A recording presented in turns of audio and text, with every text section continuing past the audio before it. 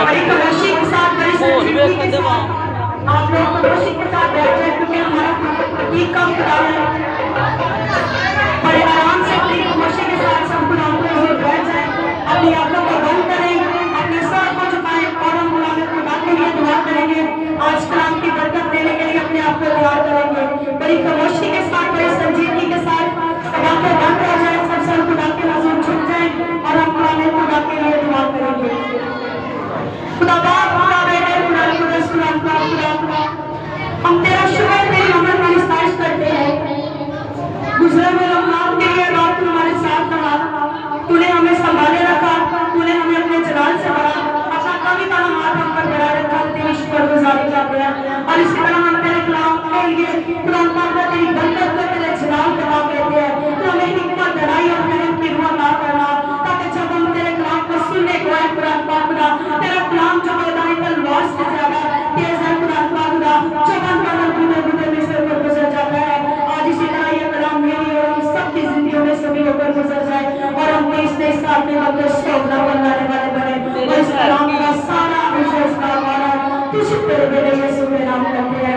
खुदा पाक हमें बड़ी बरकत देना, तेरी शुक्रगुजारी करते हैं, तेरे नाम के जोर जला देते हैं। जो कुछ मांगना सब कार्य मसीह के नाम से मांगते हैं, आमीन। और वक्त है कि हम खुदा के काम को, खुदा के कदम को आप सबकी भरपूर तारीफ से दावत देंगे।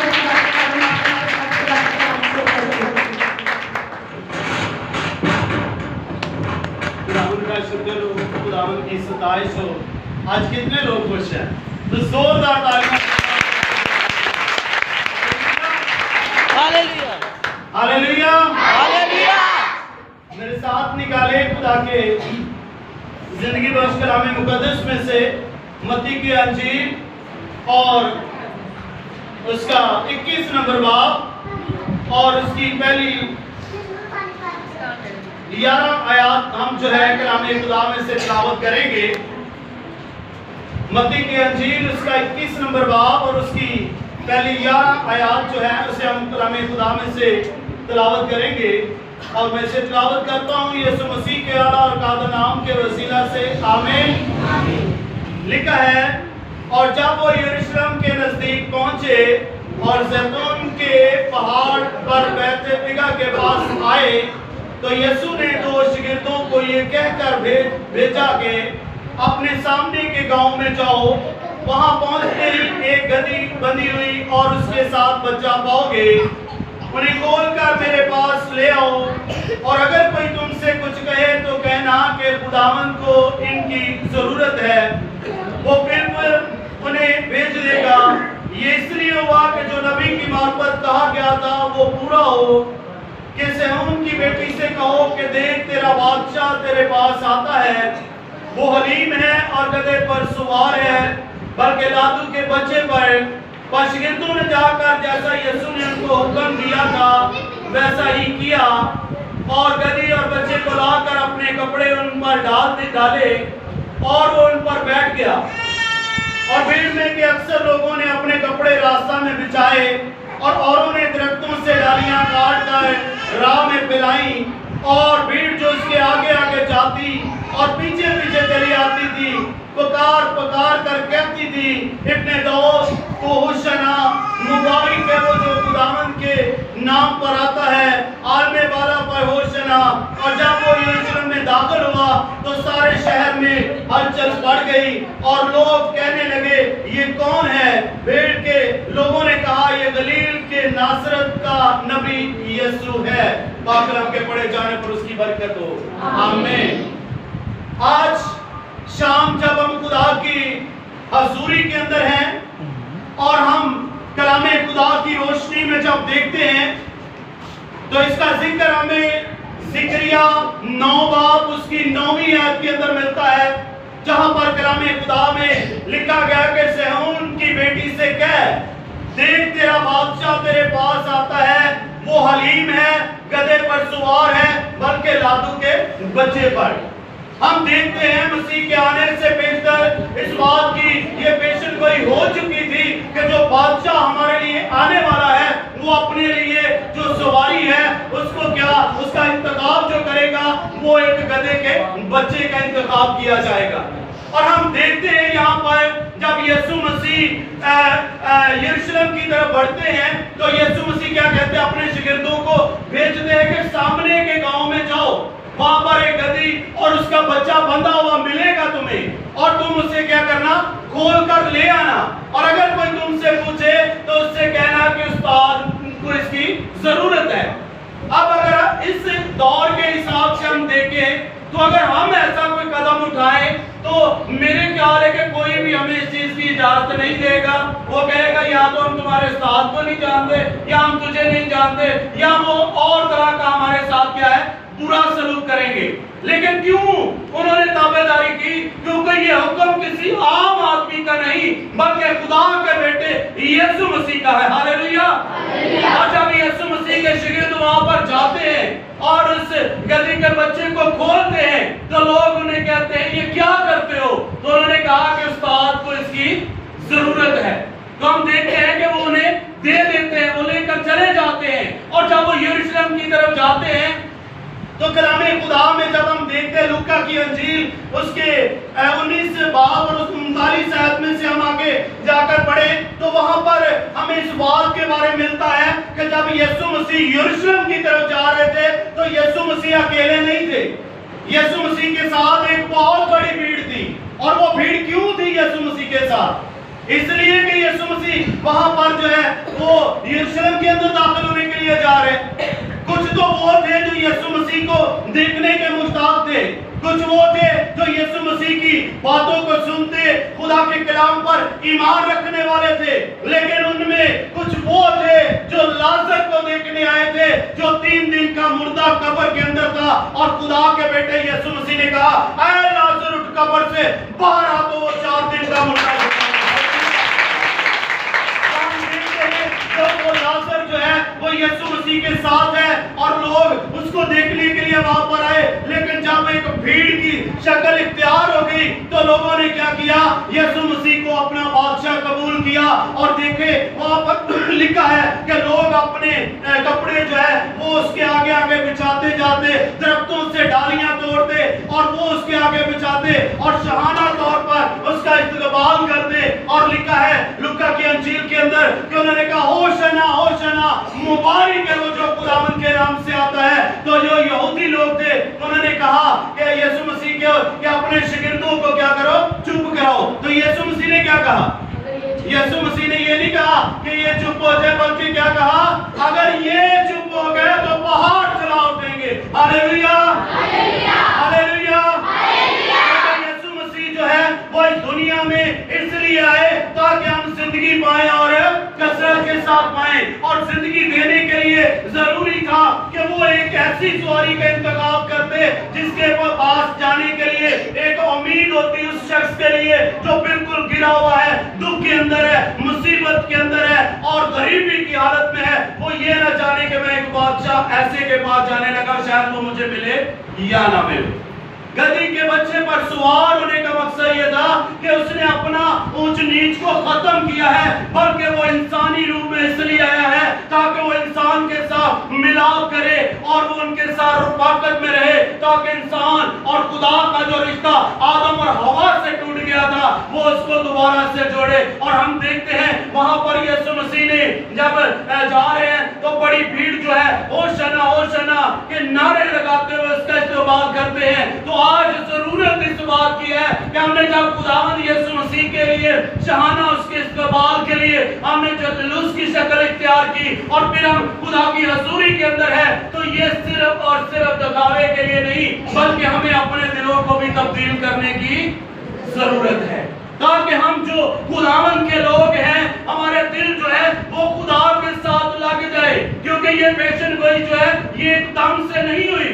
हम देखते हैं ज़िक्रिया के सहीफे के अंदर 9वें बाब की 9वीं आयत के अंदर अभी मसीह यीशु का यहाँ पर पैदाइश का जिक्र नहीं मिलता, लेकिन यीशु मसीह के बारे ये पेशन गोई हो चुकी है कि वो एक गधी के बच्चे पर सवार बल्कि एक लादू पर सवार होकर वहां पर आएगा।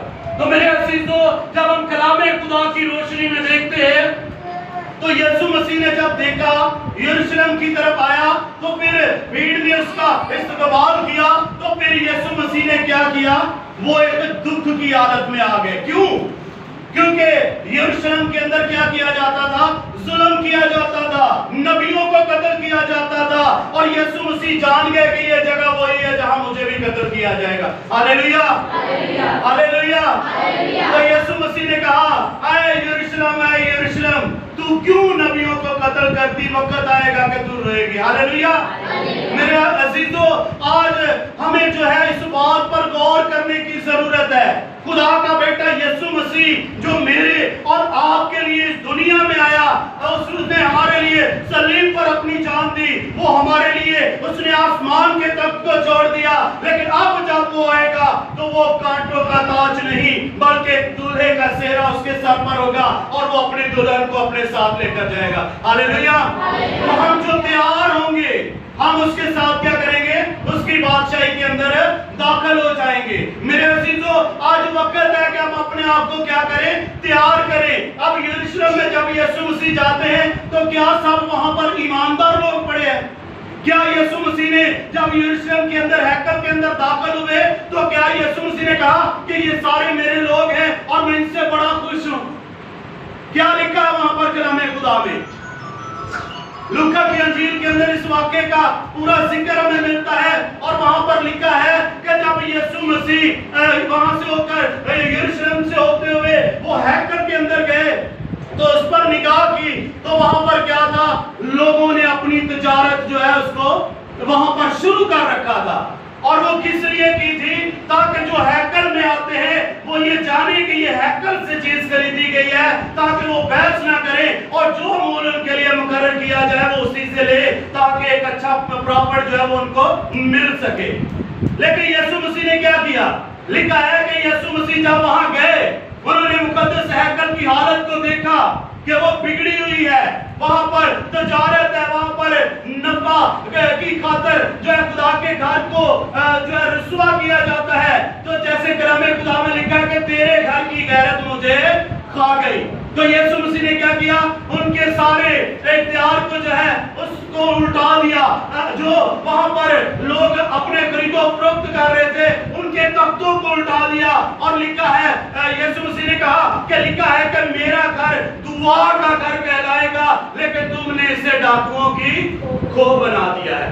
आज अगर हम अपने मतलब के लिए चर्च में आते हैं, खुदा की हैकल में आते हैं, तो खुदा को उससे कोई सरोकार नहीं है। अगर हम खुदावन के लिए आते हैं, क्योंकि खुदा ने हमें कौमों में से अलग किया है, खुदा ने हमें दुनिया में से अलग किया है, खुदा ने हमें इसलिए अलग किया है ताकि हमारे वसीले खुदा का नाम जो है रोए जमीन पर मशहूर हो और कौमें जाने कि कौम है बनी इस्राइल जिससे खुदा मोहब्बत करता है, प्यार करता है और वो कौम जो है खुदा की पसंदीदा है। और खुदा इसीलिए हमसे प्यार करता है ताकि हम जो है खुदा की परमदारी में रहें। हम ऐसे काम ना करें जिससे खुदा ना खुश हो, बल्कि हम वो काम करें जिससे हमारा खुदा खुश और कहे कि आओ मेरे बाप के मुबारक लोगों, वो बादशाही जो बनाए आदम से तुम्हारे लिए तैयार की गई उसे मिरास में लो। आज फैसला मुझे और आपको करना है कि हमारे खुदा में यीशु मसीह ने तो आसमानी तख्त को छोड़ दिया, वो तो इंसानों के मुशाबा हो गए और वो इंसानी रूप में इस दुनिया में आकर उन्होंने ऊंच नीच की दीवार को खत्म किया।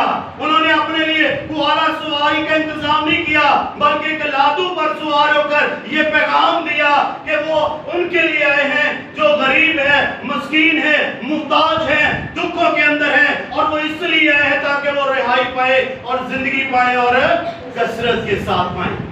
आज शाम इस बात के लिए हमें सोचने की जरूरत है कि ये नारा होशना होशना मुबारक है जो खुदावंद के नाम से आता है, इसको हमें अपनी जिंदगी के अंदर कायम करने की जरूरत है। अगर सिर्फ हमने अपनी जुबान से ही नारा लगाकर सिर्फ इसको यहाँ पर ही खत्म कर देना है तो फिर इससे ऊंची आवाज में भी हम नारे लगाएं तो कोई फर्क नहीं पड़ता। लेकिन अगर हम इसको अपने दिल के अंदर जगह देते हैं, कलामे खुदा को अपनी जिंदगियों के अंदर लेते हैं, तो फिर वाकई होशना मुबारक है वो जो खुदावन के नाम से आता, वो मेरे और आपके लिए आया है। उसने मेरे और आपके लिए आसमानी तख्त को छोड़ा है और वो इसलिए आया है ताकि हम उसकी बादशाही के वारिस बन जाए। मेरे अजीजों, आज कलामे खुदा हमें सिखाता है कि हमें उसकी इज्जत करना है, हमें उसके कलाम के ताबे होना है, हमें उसकी बादशाही के वारिस बनना है और हमें इन तमाम चीजों को जिनसे हमारा खुदा हमसे नाखुश है, हमें अपनी जिंदगियों पर गौर करके उनको तर्क करके खुदा की बादशाही के वारिस बनना है। आज हम देखते हैं हमारी जिंदगियों के अंदर हर तरह लालच है, हर तरह दुखों से भरी पड़ी है हमारी जिंदगियां, लेकिन हम उस पर कभी भी गौर नहीं करते। ये दुख क्यों है, ये परेशानियां क्यों हैं, ये मुसीबतें क्यों हैं, ये आजमाइशें क्यों हैं? इसलिए कि हम अभी तक अपने खुदा को जानते नहीं हैं। हम उसके नाम को तो पहचानते हैं, हम इस बात पर भी ईमान रखते हैं कि वो हमारे गुनाहों के लिए सलीब पर चढ़ा है, हम इस बात के लिए पर भी ईमान रखते हैं कि वो मेरे और आपके लिए इस दुनिया में आया है, लेकिन हम इस बात के लिए ईमान नहीं रखते कि उसने मेरे और आपके लिए निजात के दरवाजों को खोला है। अगर हम इस बात पर ईमान ले आए कि निजात जो है ना मशरक से है ना मगरब से है, बल्कि वो इस्राएल के खुदा की तरफ से है, तो जब निजात हमारे लिए है तो फिर हम जिंदगी के वारिस है और कोई भी चीज जो है वो हमारी जिंदगी से जो है वो हमें खुदा से हमें दूर नहीं कर सकती। अगर हम खुदा पर ईमान रखते हैं तो फिर हमें इस बात पर ईमान रखने की जरूरत है कि वो खुदा का बेटा यीशु मसीह जो कुंवारी मरियम से पैदा हुआ है, जिसने मेरे और आपके लिए आसमानी तख्त को छोड़ा है, वो आज हमारे दरमियान इसलिए आया है ताकि हम जिंदगी पाए और कसरत के साथ आए। मेरे अजीजों, आए आज इस बात पर गौर करें, खुदा जो है वो हमारी जिंदगियों की तलब के लिए भूखा और प्यासा है। खुदा जो है वो चाहता है कि हम जो है उसके लिए अपने आप को खाली करें। जिस तरह उस वक्त लोगों ने जब यीशु मसीह के बारे सुना कि उसके वसीले अंधे देखते हैं, लंगड़े चलते हैं, बदरू गिरफ्तार आजाद होते हैं और मुर्दा जिंदा किए जाते हैं, तो लिखा है कि वो बड़ी भीड़ जो यीशु मसीह के साथ थी वो इसलिए उसके पीछे हो रही क्योंकि वो जानते थे कि ये नबी है और ये खुदा का बेटा है, यही वो मसीह है जो हमें निजात देने के लिए आया है। तो हम देखते हैं जब लाजर यीशु मसीह के साथ था तो उस बड़े मुझसे को देखकर बहुत बड़ी भीड़ यीशु मसीह के साथ हुई। वो इसलिए नहीं हुई कि सिर्फ मुझसे को देखी और वापस लौट जाए, बल्कि लिखा है कि जो उस भीड़ में आए उन सबों ने उस खुदा के नाम से तौबा की और वो खुदा पर ईमान लेकर आ गए। हालेलुया। इसी वजह से फकीरों और फरीसी जो है उनके दिलों पर चोट लगी और वो यीशु मसीह के मुखालिफ हो गए, क्योंकि वो नहीं चाहते थे कि जहान जो है वो यीशु मसीह का पैरू हो। और यीशु मसीह की शोहरत उस वक्त से बढ़ती गई और उसकी ज्यादा मुखालफत उसके खिलाफ होती गई। सो वक्त आया कि यीशु मसीह को उन्होंने सलीब तक पहुंचा दिया। लेकिन आज भी खुदा का बेटा यीशु मसीह मेरी और आपकी जिंदगी के लिए भूखा और प्यासा है और आज भी वो चाहता है कि जिस तरह उस वक्त के लोगों ने शहाना तौर पर उसे कबूल किया और उसे वेलकम किया, वो चाहता है कि हम भी अपनी जिंदगियों के अंदर उसे कबूल करें और जिंदगी के वारिस बन जाए। आए हम सब अपनी आंखों को बंद करेंगे, सरों को झुकाकर चंद मिनट के लिए अपने आप को जिंदा खुदा की ताबेदारी में करेंगे। उस खुदावंद से कहेंगे कि खुदावंद तू ही हमारी जिंदगी का बानी है, तू ही हमें निजात देने वाला खुदा है और तेरा कलाम जो हमारी जिंदगियों में आया है खुदावंद ये बहुत सा फल लाए। ये कलाम जो है हमारी जिंदगियों के अंदर अक्सर अंदाज हो और इस कलाम की वजह से हम बरकत पाए। Praise hallelujah. हम स्क्रीन के साथ मिलकर कलाम खुदा की शुक्रगुजारी की दुआ करें। खुदा के नाम में बाप ये बादशाह के नाम में आपकी शुक्रगुजारी करते हैं। जहाँ जलाल के बादशाह ने अपने जिंदा मौसम और पाक कलाम को हमारी जिंदगी में नाज़िल किया है और हमने तेरे पाक कलाम से सीखा है कि जिस तरह तू हलीम बन गया हम तेरे कलाम के मुशाबा हों और तेरे पाक कलाम के तौर तरीकों को सीखें और तेरे कलाम के मुताबिक अपनी जिंदगी को बसर करें। तो कुरान ने अपने पाक गहरी और पाक अर्जुन के वसीला से मेरी मदद मांगता है। तेरा पाकियों में सिखाता और बढ़ाता रहे और हम इसी तरह तेरे कलाम की बिशारत को अपनी जिंदगी में लेते रहें और तेरे कलाम को अपनी जिंदगी से खुदावंद ने दिल में बैठाएं और इसके वसीला से हम फ्रूटफुल हों, ताकि खुदावंद तेरा कलाम हमारी जिंदगियों के अंदर जितने लोग तेरी दुनिया में मौजूद हैं और जिन्होंने तेरे कलाम की आवाज़ को सुना है, खुदावंद की तेरा कलाम में जिंदगियों के अंदर जड़ पकड़े और ये 30 गुना 60 गुना और 100 गुना फल लेके आए, ताकि खुदावंद वो तुझसे बरकत पाए और ये हर जगह पर तेरे कलाम के खौफ में डरते और कांपते रहे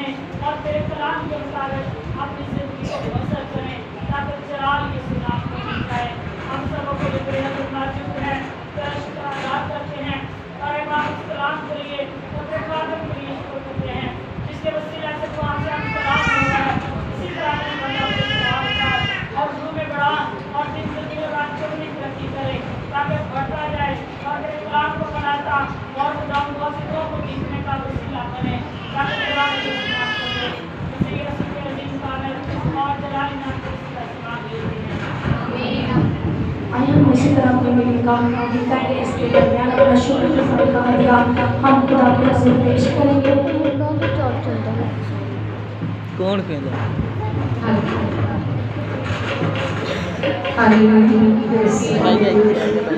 बादशाहों का बादशाह है प्रभुओं का प्रभु वो है बादशाहों का बादशाह है प्रभुओं का प्रभु वो है राजाओं का राजा वो है राजाओं का राजा वो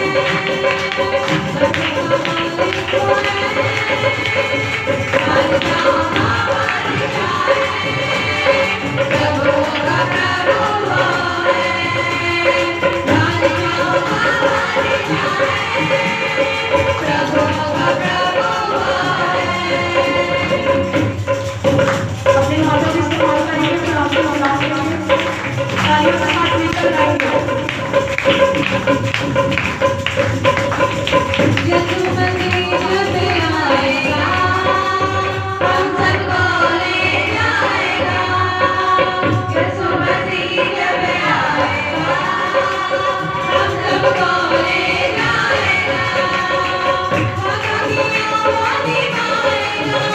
वादा किया वो निभाएगा वादा किया वो निभाएगा कहता जो करेगा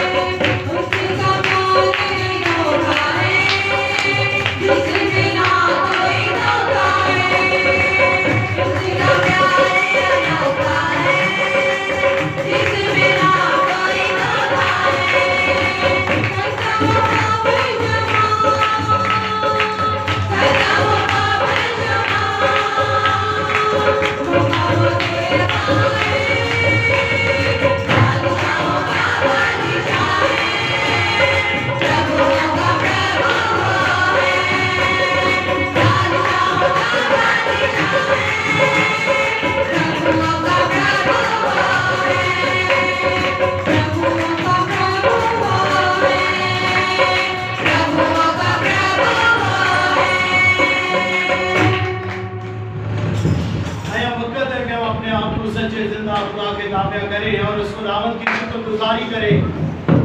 आज की इस मुकद्दस शाम के लिए खुदा ने बख्शा है कि हम उसकी पाक हज़ूरी के अंदर हैं। कदूस जिंदा आसमानी चलानी खुदा, मेरा दिल खुदावंद तेरी शुक्रगुजारी से भरा, तेरे लोग तेरी पाक हज़ूरी के अंदर है। खुदावंद तेरे रहम को मैं तेरे लोगों की जिंदगियों के लिए मांगता हूँ। खुदावंद तेरा फजल वाला हाथ बढ़े तेरे बच्चों पर, तेरा बाबरू इनकी जिंदगियों के अंदर काम करे और खुदावंद तेरे बाबरू के वसीले सारे बंधन सारे जुए यीशु मसीह नासरी के नाम से टूटे। और जो आज खुदावंद कलाम का बीज बोया गया है, खुदावंद खुदा चाहते तू इस कलाम के बस अपने लोगों को बरकत देना। जिस तरह उस वक्त के लोगों ने खुदावंद खुदा अपने दिलों को खोला, उनके पास बेशक कुछ ना था, लेकिन उन्होंने अपने कपड़े जो थे उनको खुदावंद तेरे रास्ता के आगे बिछाकर इस दौर से इस्तेमाल किया और खुदावंद खुदा तेरा जलाल वहां पर ज़ाहिर होगा और जिंदगियां ईमान लेकर आई। खुदावंद आज चाहते हैं इसी तरह तेरे लोग मजबूत हो जाए और खुदावंद खुदा ये हमेशा तेरे साथ वफादार रहे और इसी तरह ये हमेशा तेरे साथ लिपटे रहे और हमेशा तेरा कलाम इनकी जिंदगियों में काम करे। खुदावंद तेरे लोग जो तेरी पाक हज़ूरी के अंदर है, तो इन सब पर अपने हाथ को बढ़ा। जब यहाँ से फारिग होकर अपने घरों को रवाना होते हैं तो इनकी जिंदगियों में तेरा जलाल ज़ाहिर हो, ये घरों में सलामती के साथ जाएं और तेरी शुक्रगुजारी करें। और इसी तरह खुदावंद खुदा हमें दुआ करते हैं, जितने हमें खुदावंद चैनल पर, टीवी पर, फेसबुक पर देख रहे हैं, खुदावंद सब के लिए हम तेरी बरकत तेरी सलामती की दुआ करते हैं। खुदावंद खुदा तेरे फजल को मांगते तेरे लोग की जिंदगियों में, ताकि तेरा आसमान खुले और तेरे लोग बरकत पाएं। खुदावंद पाक खुदा इस सारी आज़ जमात के साथ होना बड़ी बरकत देना, मसीह खुदावंद के वसीला से आमीन। आए हमारे बाप तू जो आसमान पर है, तेरा नाम पाक माना जाए, तेरी बादशाहत आए, तेरी मर्जी जैसे आसमान पर पूरी होती है जमीन पर भी हो। हमारे रोज की रोटी आज हमें बख्श दे, जिस हम अपने कर्जों को माफ करते हैं तू भी हमारे कर्ज हमें माफ कर। हमें आजमाइश में न पड़ने दे, बल्कि बुराई से बचा, कि तो बादशाही कुदरत जलाल हमेशा बंदे रही हैं। आमीन। अब हमारे खुदावंद यीशु मसीह का फजल, खुदा बाप की मोहब्बत, पाक रूह की रफ़ाकत और शराकत, हाज़िर जमात और दुनिया के कुल ईमानदारों के साथ अब से लेकर हमेशा हमेशा तक होती रहे। आमीन। खुदावंद आप सबको बरकत दे, आप सबको बहुत बहुत जो है पाम संडे